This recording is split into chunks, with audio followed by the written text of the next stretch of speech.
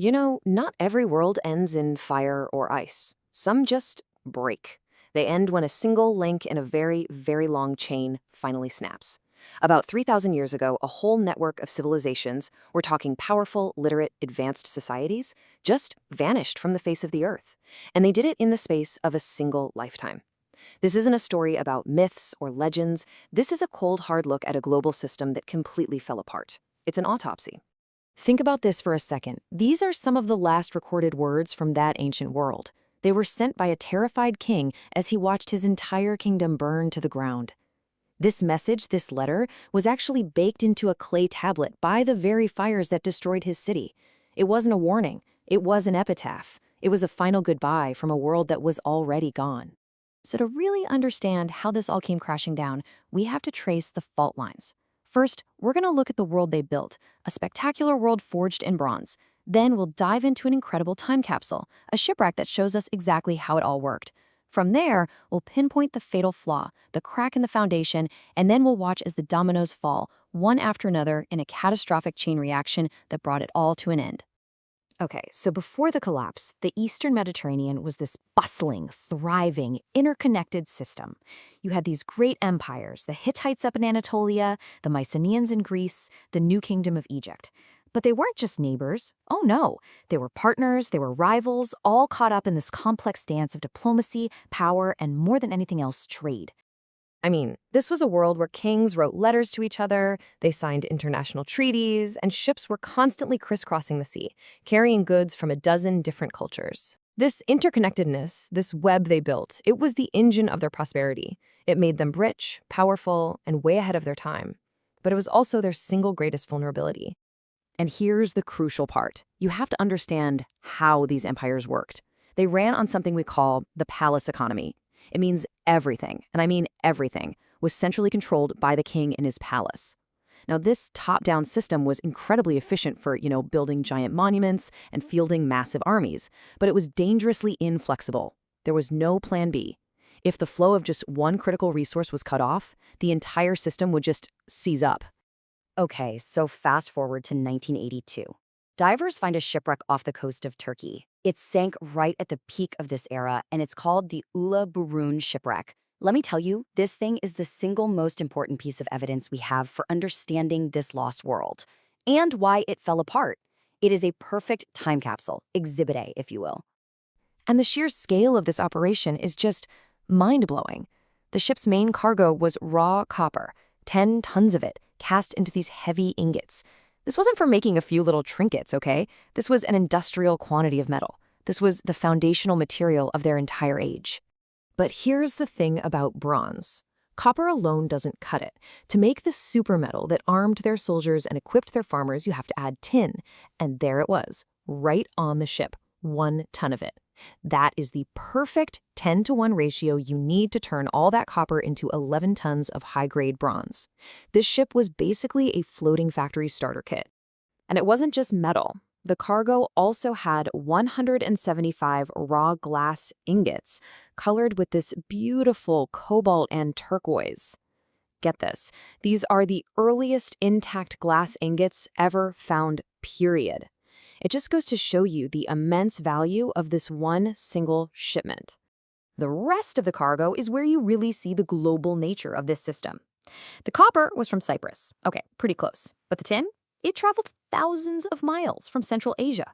There was ebony from Africa, amber all the way from the Baltic, ivory, swords from all over the Mediterranean, and even a solid gold scarab with the name of the Egyptian queen Nefertiti on it. This wasn't just trade, people. This was a globe-spanning supply chain. But that incredible supply chain, that was the system's Achilles heel. Their entire world, their military, their economy, their whole way of life was forged in bronze. And bronze had one ingredient that was critically, catastrophically difficult to get. And here it is. This is the fatal imbalance at the heart of their world. Copper was pretty plentiful. You could get it nearby from places like Cyprus. Tin, on the other hand, was incredibly rare. The sources were few and far between, way out in the mountains of modern-day Turkey or Afghanistan, at the very, very end of a long and fragile trade route. If you controlled the tin, you controlled the world. If you lost the tin, your world ended.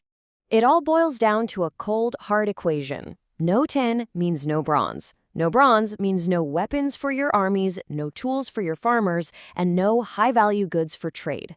When those fragile, overextended supply lines for tin were finally broken, the whole foundation of their civilization just crumbled. So, and this is so important, before a single foreign invader showed up, the great palace economies began to eat themselves alive. The crisis didn't start on the battlefield, it started in the accounting rooms of the palace bureaucracy. The rot started from within. And it happened fast. It was a swift, brutal chain reaction. First, the tin supply line snaps. Instantly, bronze production just stops. Now you can't equip your armies or pay them. Your soldiers and mercenaries, they're gone. And just like that, the palace's power evaporates. With no central authority, the whole system breaks down. Peasants starve, they revolt, and the entire top-heavy structure just implodes on itself. And into this massive power vacuum comes a new force. We only know them by the name the Egyptians gave them, the Sea Peoples. But they weren't the cause of the collapse. No, they were more like its inheritors. They were a giant wave of migrants and raiders crashing against the hollowed-out ruins of what were once great empires. We actually have this inscription from the pharaoh Ramesses III describing the onslaught. And what he's describing isn't just a few pirates. Entire populations were on the move, probably displaced by the same kind of systems collapse in their own homelands. They fell upon these great coastal empires who now had no bronze weapons and no organized armies left to stop them. The speed at which this happened is terrifying. In the space of about 50 years, basically a single generation, a world that had taken centuries to build was completely wiped off the map. The Great Hittite Empire? Gone. The Mycenaean palaces in Greece? Burned to the ground. City after city was sacked, all leading up to the destruction of Uluburun. It was a complete and total systems failure. And what came next was silence. The complex, international, literate world of the Late Bronze Age was just gone. It was replaced by a poorer, smaller, and much more isolated existence. The losses were simply catastrophic. Grand cities became ghost towns. The art of writing itself was forgotten in many places, which is what kicked off the famous Greek Dark Ages. Populations in some areas dropped by as much as 90%. The global economy was shattered, and with it all the knowledge, culture, and complexity it supported. Ultimately, the Late Bronze Age collapse is this stark, chilling reminder that complexity and strength are not the same thing. This highly sophisticated world didn't fall to some supervillain or a single natural disaster. It fell because its greatest achievement, its incredible interconnectedness, was also its fatal flaw. Its total reliance on one single fragile supply chain made it fatally brittle.